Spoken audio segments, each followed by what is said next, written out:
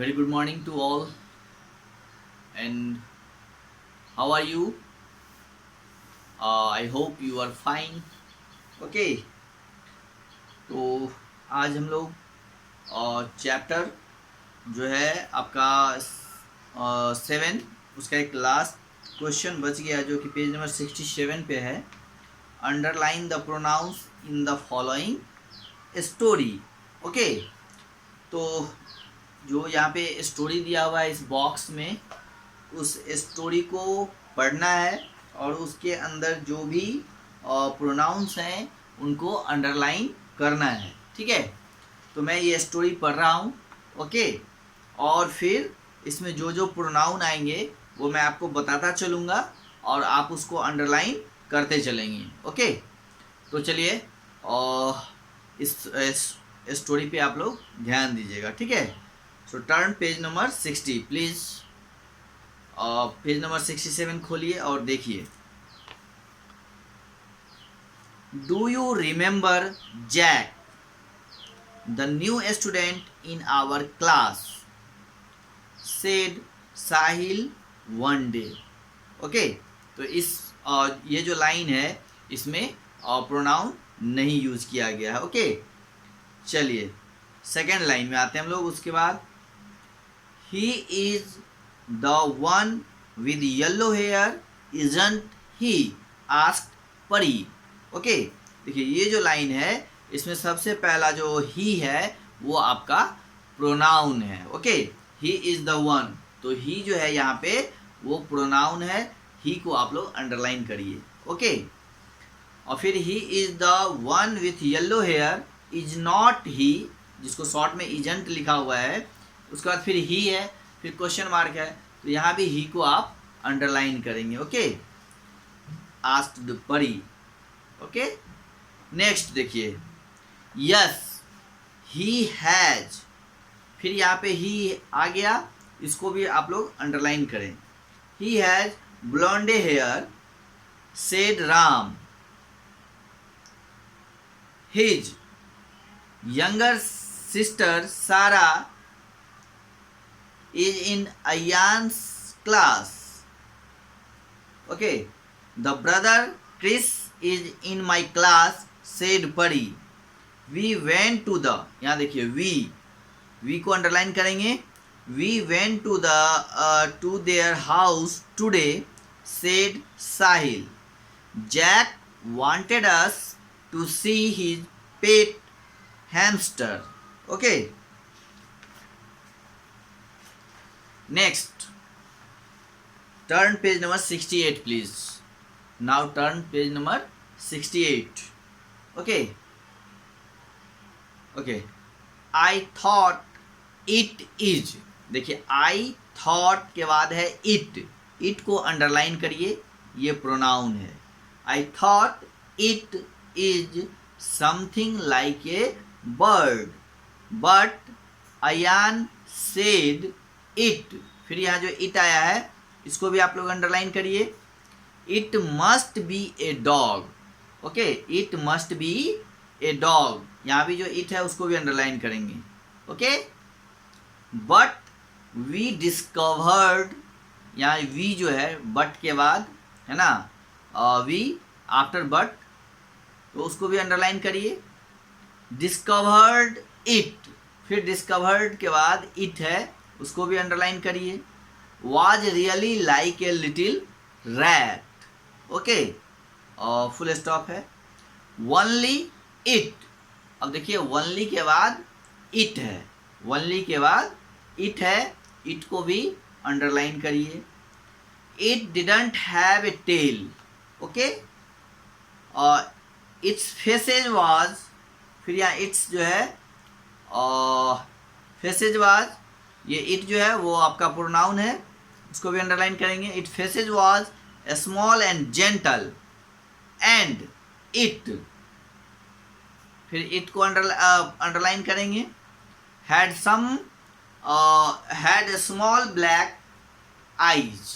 Okay, चलिए next, Jack said he called it Andy, है ना। जैक सेड ही को अंडरलाइन करेंगे। ओके, ही जो है प्रोनाउन है। Called it Andy, then we suddenly, suddenly से पहले वी है, वी को हम लोग अंडरलाइन करेंगे। Then we suddenly realised that the hamster was not there. All of us looked everywhere, said Ram. Chris got on his knees and looked behind the cupboard. Sarah searched under the books and papers. Then she started, है ना, she started, started से पहले क्या है, C, SHEC, C को underline करिए। Okay, she started crying. Okay, she started crying, continued Ram. Okay. Then said Sahil, there was a squeak. The hamster poked its head out from under the pillow, है ना। We were so glad to find it. देखिए यहाँ पे we were so glad to find it. We को underline करिए। We were so glad to find, find के बाद फिर it है, उसको भी अंडरलाइन करिए। ठीक है, we were so glad to find it. We को और इट को, वी जो फर्स्ट है में है सेंटेंस जहाँ से स्टार्ट हुआ है वहाँ, और उसके लास्ट में इट है, उसको अंडरलाइन करें। चलिए next line. Jack's mother gave us some lovely cake, but Chris said we could not give it to. But Chris said we could not. We है ना, WEV, यहाँ पे उसको हम लोग अंडरलाइन करेंगे, we को, है ना। We could not give it to the hamster. Okay, फिर फुल स्टॉप है। it, यहाँ पे फिर है it only ate grains, IT it को अंडरलाइन करिए। ओके, IT it को अंडरलाइन करिए। Only 8 grains, nuts, seeds and some insects. Okay, तो यहाँ पे सिर्फ it को करना है। तो ये आपका प्रोनाउन जितने भी थे इस स्टोरी में, उसको हमने बताया आपको, आप उसको अंडरलाइन किए। ठीक है, तो इस तरह से चैप्टर जो है अब आपका फिनिश्ड हो गया, ये कंप्लीट हो गया। अब इसमें सारे क्वेश्चंस हो गए। ठीक है, अब हम लोग न्यू चैप्टर एंड जो है यानी नेक्स्ट आपका चैप्टर नंबर 8 वो हम लोग स्टार्ट करेंगे। राइट, चैप्टर 8 और द टीज, चैप्टर का नाम है द टीज। ओके, और so now we are going to start new chapter the tease, chapter number 8। So turn please chapter 8, page number 70। Okay, तो द टीज, टीज का मतलब होता है किसी को चिढ़ाना, है ना, और तंग करना, है ना, टीज करना, यानी लाफ और make fun of somebody to NY और इम्ब्रास, यानी किसी को भी जो है make fun of somebody to NY, है ना, किसी को गुस्सा चढ़ा देना, उससे मजा लेना, है ना, उस पर हंसना, उसको टीज करने के लिए, चिढ़ाने के लिए। तो टीज का मतलब होता है किसी को भी चिढ़ाना, तंग करना, इस तरह की बातें। तो ये पोएम है। अब देखिए ये पोएम में कौन किसको टीज करता है, तो उसके बारे में हम लोग पहले ये जो बॉक्स है अंडरस्टैंड उसको पढ़ेंगे, फिर फाइंड वाले को देखते हैं। तो the tease is a beautiful poem written by Lillian Holmes.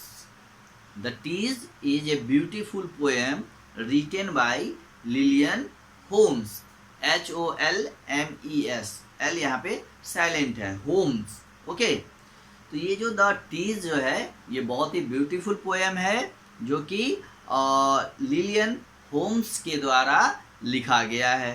The tease is a beautiful poem written by Lillian Holmes. It gives a brief description of the wind, है ना। अब देखिए इसमें किस चीज़ के बारे में बताया गया है, तो यहाँ पे विंड के बारे में संक्षेप में बताया गया है। It gives a brief description of the wind. Wind का मतलब होता है हवा, है ना। तो यहाँ पे हवा के बारे में थोड़ा सा संक्षेप में उसका विवरण किया गया है, बताया गया है उसके बारे में। Okay, the speaker has mixed feelings about the wind because while it travels her in many ways it also helps her. अब देखिए यहाँ पे जो स्पीकर हैं वो अपनी भावनाओं को मिक्स करते हैं। The speaker has mixed feelings about the winds, है ना, यानी विंड के बारे में, विंड की जो हवा है उसके साथ अपनी भावनाओं को मिक्स करते हैं और कहते हैं चूँकि while it's travel in her many ways it also helps her, है ना, हेल्प्स हर। तो ये जो है कहते हैं कि जो हवा जो है ये हमें कई तरह से क्या करता है, ट्रबल भी करता है, यानी समस्या भी पैदा करता है, हमें परेशान भी करता है, लेकिन कई तरह से हमें ये मदद भी करता है ना। तो हवा जो है अगर नहीं होगा तो हम लोग सांस कैसे लेंगे, है ना। हवा के बिना हम लोग जिंदा भी नहीं रह सकते हैं, ठीक है। तो हवा से बहुत सारी चीज़ें होती है, तो अगर हवा नहीं होगा तो हम लोग सांस लेने में काफ़ी तकलीफ होगी। तो इसलिए ये कई तरह से जो है कई तरह से ये मददगार भी होता है, हेल्प भी करता है ना, और कभी कभी ट्रबल भी करता है। जैसे कभी आंधी आ गया, है कि नहीं, तो आंधी में कितने घर, पेड़ पौधे, बहुत सारी चीज़ नष्ट हो जाते हैं। तो ये कभी कभी मतलब डिस्टर्ब भी कर देता है, ट्रबल भी पैदा कर देता है, समस्या भी पैदा कर देता है। तो हवा जो है ये एक तरह से आपको जो है अच्छा भी है और बुरा भी है, ठीक है। तो स्पीकर यानी राइटर जो है वो कहते हैं कि हवा जो है while it travels her in many ways it also helps her, यानी ये समस्या अगर पैदा करता है तो ये आपकी मदद भी करता है ना। She calls the wind a tease since it annoys her by seizing her hat and clutching her hair, है ना। She calls the winds a tease, मतलब वो winds को यानी हवा को वो टीज करने वाला यानी परेशान करने वाला बताते हैं, है ना। since it, तब से जब से उनका जो है, जैसे since it annoys her by seizing her hat and clutching her hair, जब से उनका मतलब जो है हवा के कारण उनके जो है हैट है उसको वो सीज करता है ना, यानी उड़ा देता है, पकड़ जो है अपने कब्जे में लेता है ना, जब्त करता है। और her hat and clutching her hair, और उनके बालों को भी जो है वो क्लचिंग करता है यानी डिस्टर्ब करता है, अपने पकड़ में लेता है, अपने चंगुल में लेता है हवा जो है ना, और बालों को सही नहीं रहने देता है, खराब कर देता है हवा के कारण, है ना। However, she understands the importance of wind in her day-to-day activities. Okay. हालांकि she understands, लेकिन वो समझती है the importance of winds, यानी जो winds का importance है, जो महत्व है, उसको वो समझती है इन हर डे टू डे एक्टिविटीज़, यानी उनका जो दिन का डे टू डे का जो एक्टिविटीज़ हैं, जो क्रियाकलाप हैं, उसमें वो हवा के बारे में उसके इम्पोर्टेंस के बारे में जो है वो इस बात को भी समझती है कि हवा जो है एक बहुत ही महत्वपूर्ण चीज़ है ना। इसके बगैर हम लोग नहीं रह सकते हैं, या और ये हवा के कारण बहुत सारे काम होते हैं, हवा से बहुत सारी चीज़ें होती है, तो बिना हवा का पॉसिबल नहीं है सर्वाइव कर पाना।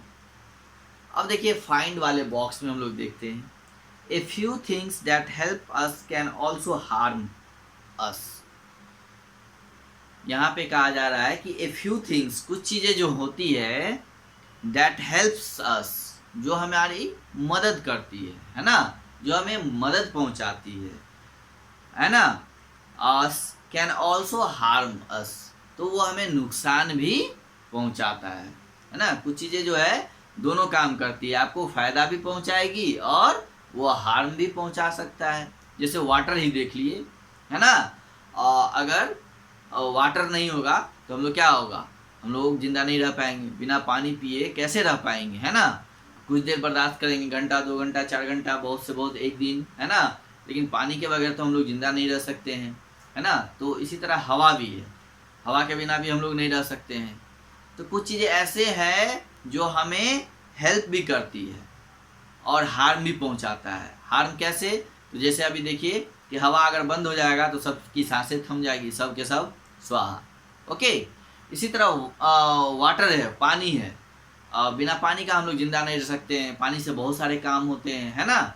हम लोग बाथिंग करते हैं, क्लीनिंग क्लॉथ्स, है ना, घर साफ करना, बर्तन साफ करना, कपड़े साफ करना, नहाना, खाना पकाने में, प्लांटिंग करने में, तो कई तरह से वाटर्स के यूज होते हैं।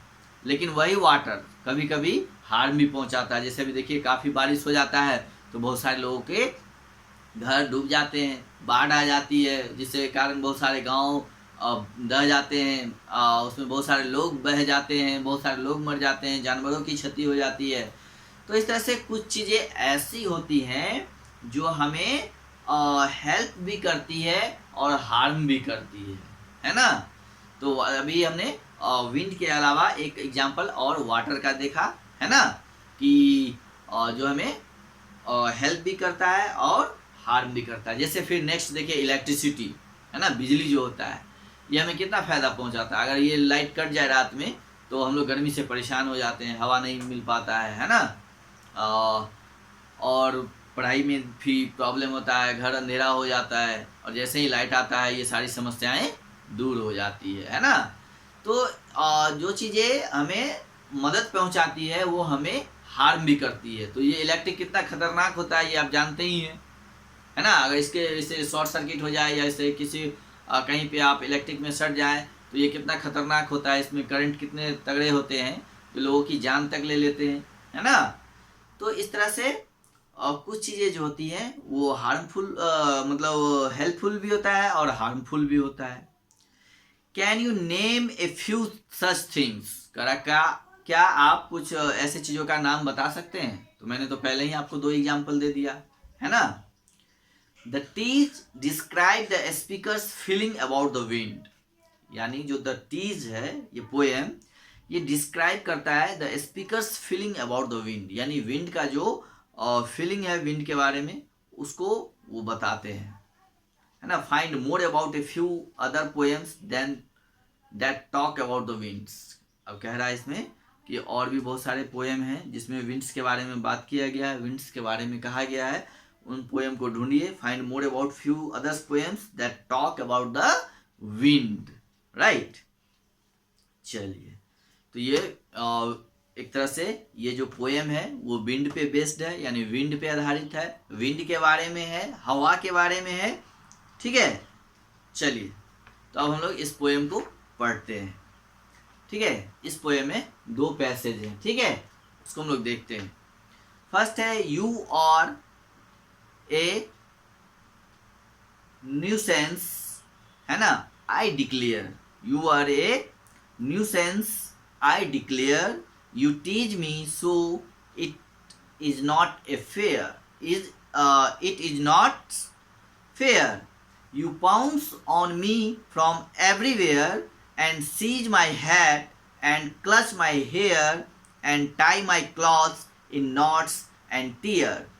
The leaves and blossom from the pear, I wish that I could set a snare to catch you, but I would not dare. For though you tease me, I declare, O wind, if you were never there, I don't think I could manage quite to sail my boat or fly my kite. Okay, तो देखिए यहाँ पे 2 stanza दिया हुआ है।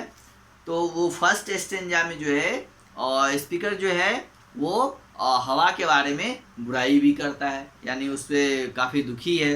लेकिन फिर second stanza में जो है वो हवा के इम्पोर्टेंस को समझता भी है ना।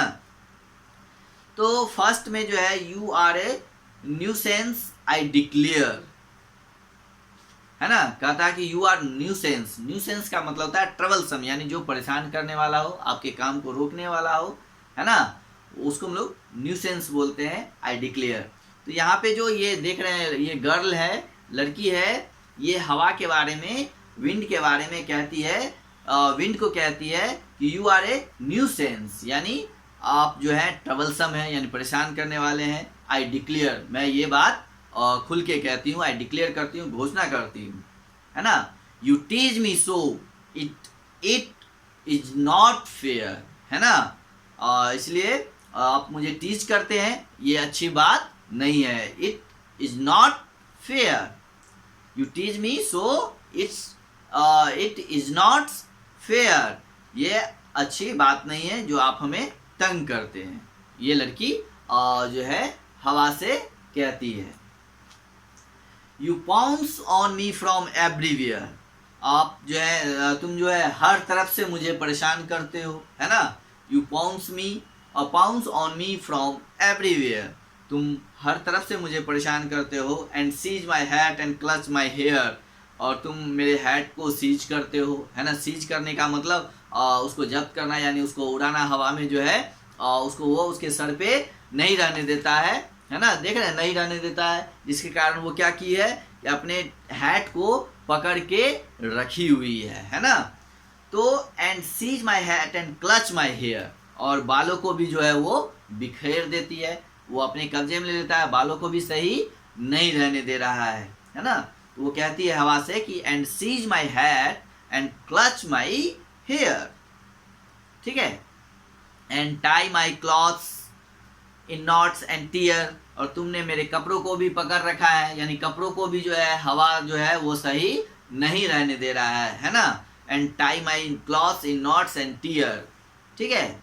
The leaves and blossom from the pear, और तुम्हारे कारण जो है जो पत्तियां हैं, है ना, और जो ब्लॉसम यानी फ्लावर्स, यानी जो फूल खिल रहे हैं, वो भी उड़ रहे हैं, है ना। टूट टूट के जो है वो उड़ रहे हैं। The leaves and the blossom from the pear, ठीक है, वो भी उड़ रहे हैं।